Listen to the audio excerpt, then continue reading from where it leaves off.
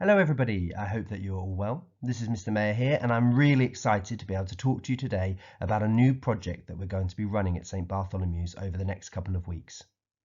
We've been thinking a lot recently about things that we can do to mark this strange period of time that we are all going through and to bring the whole school community together.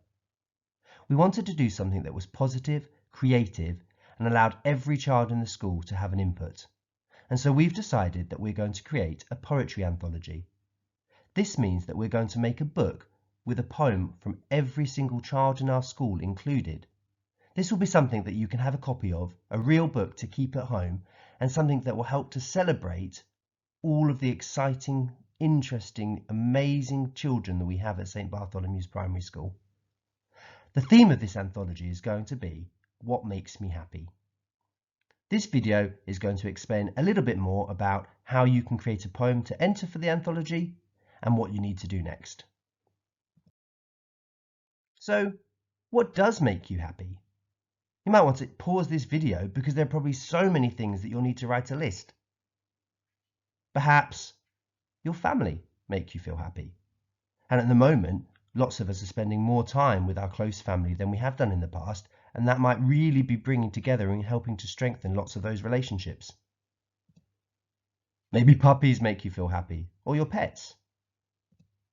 Perhaps sunshine makes you feel happy. Maybe it's rainbows that make you feel happy, or being outside. Maybe chocolate makes you feel happy, or other nice things to eat, like cake. Perhaps unicorns make you feel happy. Maybe it's football, playing or watching. Maybe reading makes you feel happy, getting lost in your favourite book. Maybe laughing makes you feel happy. Perhaps it's gaming, playing on your PlayStation, Xbox or computer. This might be by yourself, it could be with someone in your house, or it could be friends that you have online.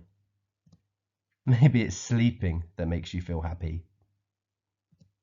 Perhaps it's hot dogs, or horse riding, or helicopters.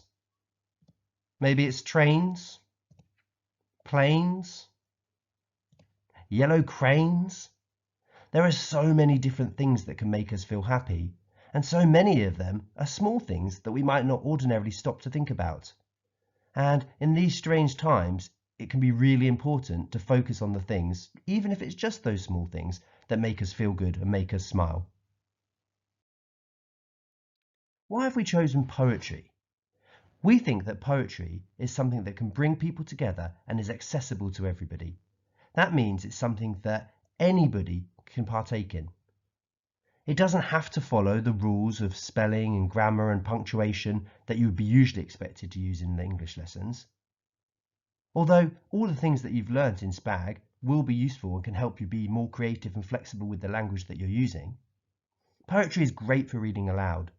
You might have heard your friends or teachers read poems in class, or you might be familiar with some famous poets like Michael Rosen who have recorded videos for children to hear their poems. Most of all, poetry should be fun, and that's why we want to use it to think about the things that make us feel happy. So what do you need to do next? The first task is probably the hardest thing that you need to do, and that's to think of something that makes you happy that you want to write your poem about. You might want to begin by making a list of all the things that make you feel happy. This can be a really nice activity because it's something that you can then reflect on, look back and read at a later date when maybe you're feeling a little bit sad or lonely and you want something to cheer you up. So make this list of all the things that make you feel happy, and then you're going to pick the one thing that you're going to write about. You might want to choose a type of poem to write, and in a moment I'm going to go through some of the ideas that you might want to use.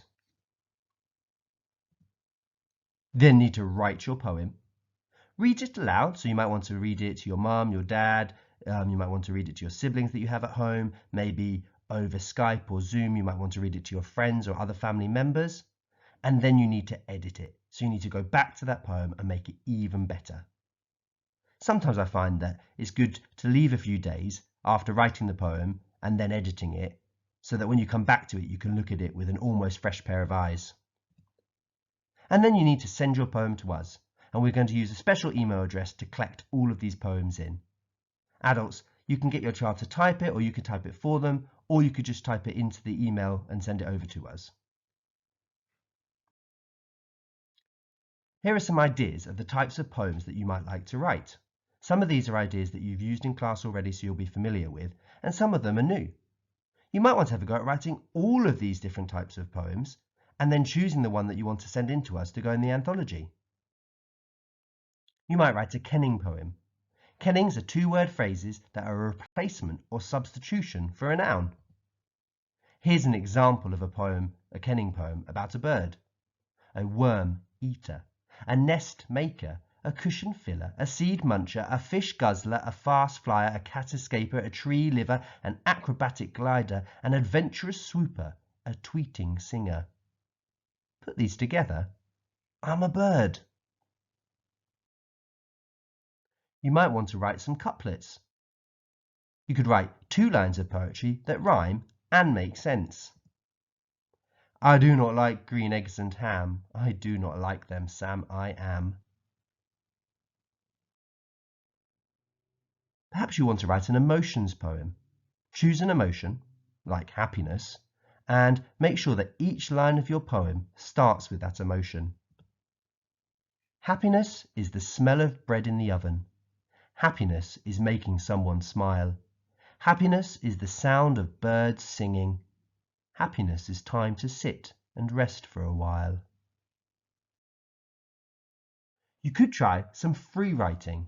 So set yourself a challenge, choose a short length of time, perhaps 5 minutes might be a good place to start, and choose the thing that you're going to write about, so the thing that makes you happy, and then write. Don't stop for the whole 5 minutes, and don't edit. And you've already got a poem. Similarly, you might want to try some free verse. Poetry doesn't need to follow any rules, and you might want to produce something with a bit more freedom. Try to mix the length of your sentences and have fun. Here's a free verse poem by Josh Sagal. The most embarrassing moment ever was at the beach. I ran up to my mum, wrapped my arms around her legs and cuddled her tight, shouting, "Mummy, Mummy!" But then I looked into the distance and saw my mum and my dad and my sister, and they were pointing at me and giggling. And the lady I'd been cuddling started laughing too and said, "I think you've got the wrong lady." And I wanted the sea to wash over me like a little sandcastle, like a shallow rock pool. And I decided that I'd never cuddle anyone again.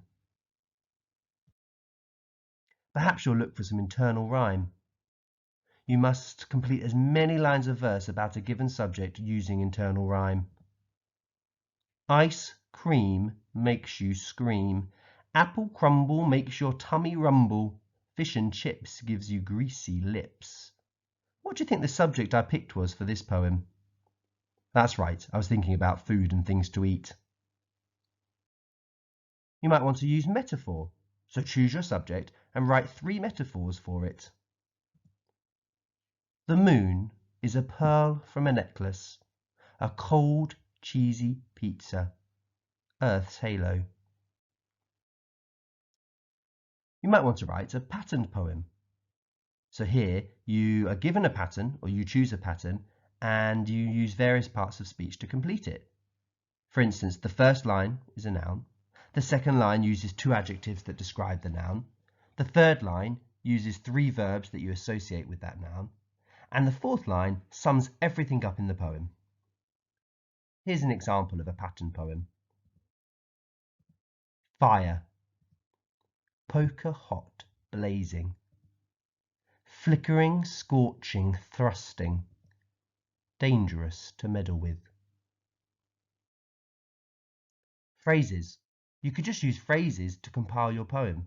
So think of a list of associated phrases for a given place, for instance, or for the thing that makes you happy. Countryside at night. A flame red moon. Fields of stiff wheat. Rolling melting hills. Black shapes moving. Breeze blown leaves. You might want to write a quatrain.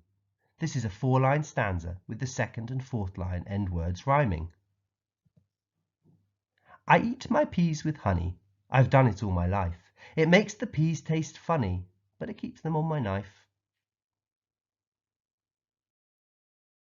Perhaps you might want to use rhyming words, so you could choose a word and find as many full rhymes as you can for that word and put them together to create your poem. So maybe your favourite thing is sport. Taught, court, report, extort, fought, fraught, sought, fought, port, retort, wart, bought, brought, naught. You might want to write a census poem. So choose something you like, for instance a favourite type of food, and describe it by writing one phrase for each of your senses. Green apple. Tight, deep sea green coat. Clean, sharp, tangy.